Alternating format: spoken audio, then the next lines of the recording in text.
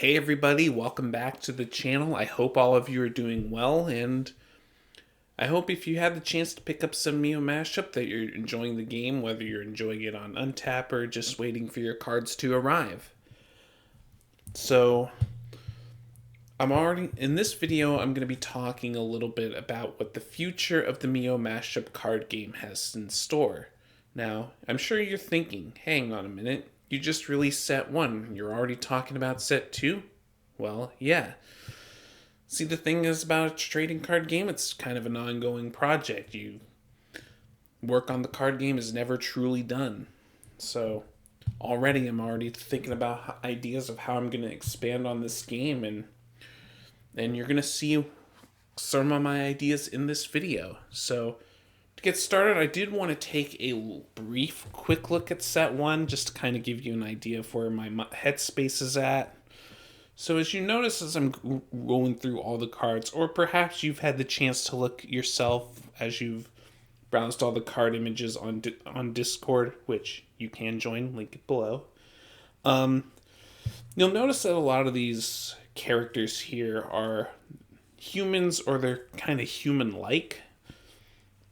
Of this around 70 characters or so in the set, there's around 45 of them that are human or they're human-like. So even you got humans like Johnny Lockjaw Jones, and as for human-like, you've got characters like Destiny, who is classified as a spirit, but she's very human-like. Come on. And for set 2, I kind of wanted to design a set that was kind of leaning in the opposite direction. What if I had a set of cards that had very few human-like characters in it? And that's kind of what led to the creation of the next set, which I am calling Radiant Garden. This is going to be the name of the second set, and as you can see, I've had this whole web that I've drawn up containing some of my preliminary ideas for what's going to be in set 2, and I'm going to go through them. I'm going to go around them in like a counterclockwise fashion. So I'm going to start from the top here and explain everything that's going on around here. So starting off, well, think about what you're going to find in the garden. What do you expect? Well, you're going to see a lot of plants, so that's kind of what the main archetype is in this set. There's going to be a lot of plants, and these plants are actually divided into two separate factions. The first faction I want to go over is what I'm labeling as the good plants. These are the plants that make their home in the Radiant Garden. They're from there, they live there, and the good plants tend to be focused on high defense, so they tend to have more defense than attack, and they also have potentially some control elements. They'll also have some elements of healing in there, as well as some ramp options. That's also one thing I wanted to address with set 1. Set 1 didn't have a ton of ramp options in it. You had a couple of options in here. You had Flora Sky, whom you could play to look at the top card of your deck. You could either add it to your hand or add it to your resource row. That was one option. Other one was Coin of Plenty, a character who could not attack, but was treated as a power point token as long as it was in play. So that was your main two ways of gaining resources in set 1, which wasn't a lot, and I kind of wanted to address that in set 2 by having a couple more ways of ramping out your characters, which could potentially lead to some of the other themes and what I wanted to do to, and that kind of informs some of the archetype decisions in it. You can see I've got some kind of themes I'm going around with the good plants as well. Continuing on there, I've got potentially thought about having a rainbow style theme where each different plant that was in the good plants was like related to one of the 7 colors of the rainbow, and that might be a theme. And I wasn't sure if I ended up going with that one, but I've also got like a Lotus Princess as well as potentially. Also thinking about making cards that make plant tokens as well. Introduce a new token type there. But that's all about like the good plants. The other faction is the Madplants. These are more of an invasive species that are trying to claim the Radiant Garden for themselves. And they are led by the Madplant Queen Dahlia, who is actually named after an actual flower that is called Dahlia. And I've got a little bit of an image of what she looks like from another card game I've got. This is from a version of Collided Worlds that I never released. And you've got Madplant Queen Dahlia right here. She kind of looks like the actual flower. And you've also got in here, you've got the aforementioned, if I could pull it out, you've got what potentially I could do for a Lotus Princess as well. As well as some of these other Madplants. They have like these big fangs on them. And have a lot of sharp thorns on their stems. And as for the Madplants, they're also more about disruption. They can put -1/-1 counters onto things. They can stop attacks.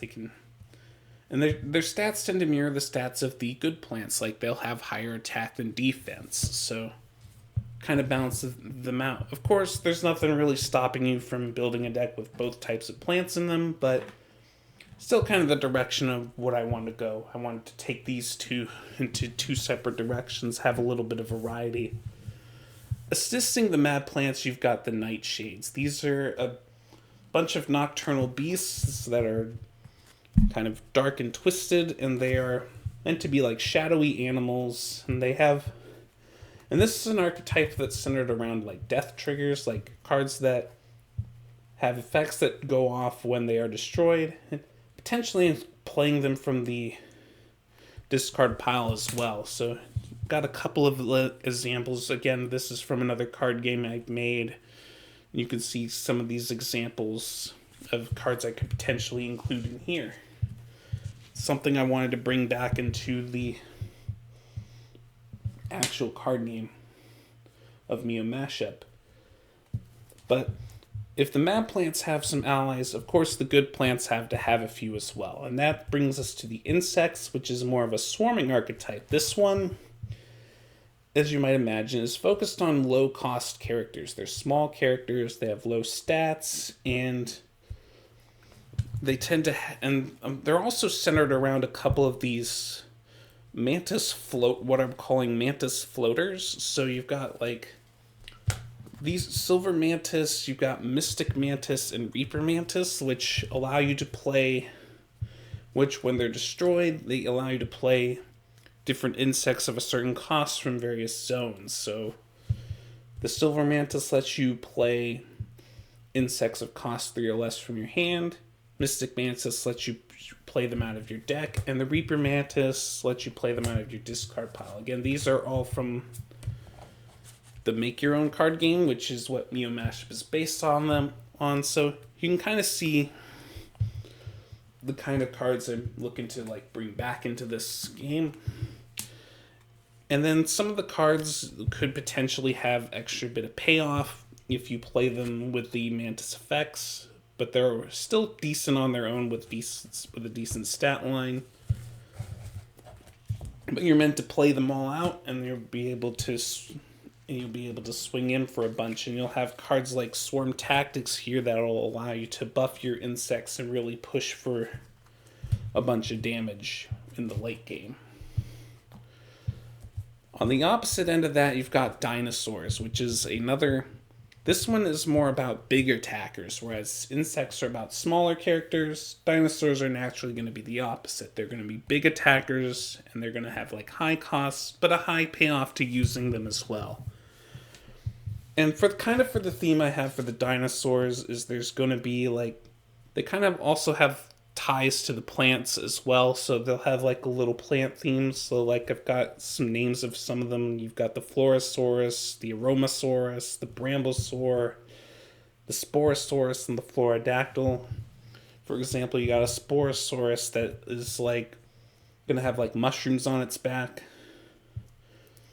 And that's just kind of one of the big... They're another kind of ally to the good plants as well. They also live in the Radiant Garden. And speaking of the Radiant Garden itself, that's another thing I wanted to address with set 2, is I wanted to have a few more domain cards. The original set, New Generation of Heroes, only had 2 domain cards. If I could pull them out, you've got the Delta Academy as well as the Frozen Cave. Them being the only 2 of that card type. So Radiant Garden is going to introduce a few more of these, including the namesake Radiant Garden itself. But that's not the only thing it's going to introduce. You're going to also have a new subtype of relics called the Field Relics. They kind of work like the domains in that they stay on the field and they provide a continuous effect, but they're one-sided generally. So instead of affecting both players, they just affect yourself. And my plan is to allow you to have up to 2 of them at a time. And when you want a new one to come in, when you have 2 on the field already, you can replace one and immediately put a new one down. So there are going to be a couple of those. Maybe not so much equipment in this set to try to introduce the idea of the field relics a little more, but that's one of the big new things I wanted to add in the set.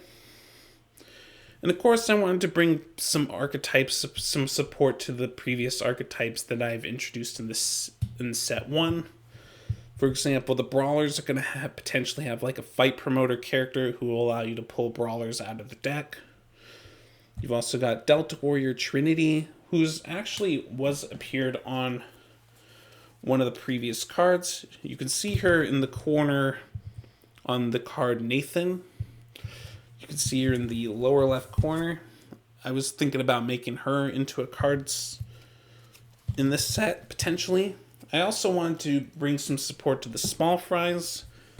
Like I said, concerning like the domain cards, I wanted to add a small fry specific domain that allowed you to make small fry tokens.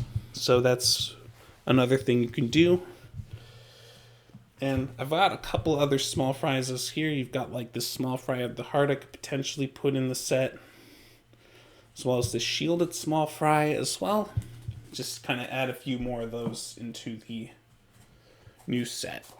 I also want to talk about some like potentially returning cards as well, like some other cards from Make Your Owns that don't necessarily fit the theme I'm going for the set, but that I do want to, that are a bit closer, that I wanted to kind of put back in the game. Like I wanted to put like Magic Eraser as a removal option that could potentially remove any kind of card, not just for characters, or you could just remove one card and it can be whatever card of your choice. Also wanted to include Zachary's Expedition in here as for an additional ramp option. Other cards I was thinking of introducing include Wander the Dreamscape, as well as another card filtering early game search card. Potentially added some more counter cards like Skill Seal here to add some more variety to that. Some of the other cards was considering were Retreat, to provide a way to bring back bounce some of your characters to your hand to replay them and have shenanigans there. Some more of the domains, like you got cards like Super Speed Stadium and the Clash Grounds to enhance some things there, and some other creatures that maybe aren't good fits, but they're not quite fit into these archetypes, but they could find a home in the Radiant Garden itself, like these Hungry Piranha and the Stone Watcher here, and just some other cards like that I thought of maybe could be good fits in set 2. And that about does it for what I've got planned for set 2. I've also started working a little bit on set 3 as well. I haven't done much planning out for this set as well. Perhaps I'll share this a little more when I have it more filled out. But yeah, this is some of the stuff I'm got going on. I've already started filling out a little spreadsheet with all the different cards that are going to be in set 2, as well as started working on their abilities. And eventually I'm going to get into making some playtest cards, testing the cards from set 2 together at first, and then also try to possibly mix them in with the set 1 cards as well to see how they play with those. But that about does it for this little video. Thank you for watching. Leave me a like if you enjoyed, and let me know in the comments below if you're excited for the future set of Myo Mashup. And if you're interested in this game and you want to pick up some Myo Mashup for yourself, I've got a link to it in the description below if you want to check that out. I'll see you in my next video, and take care.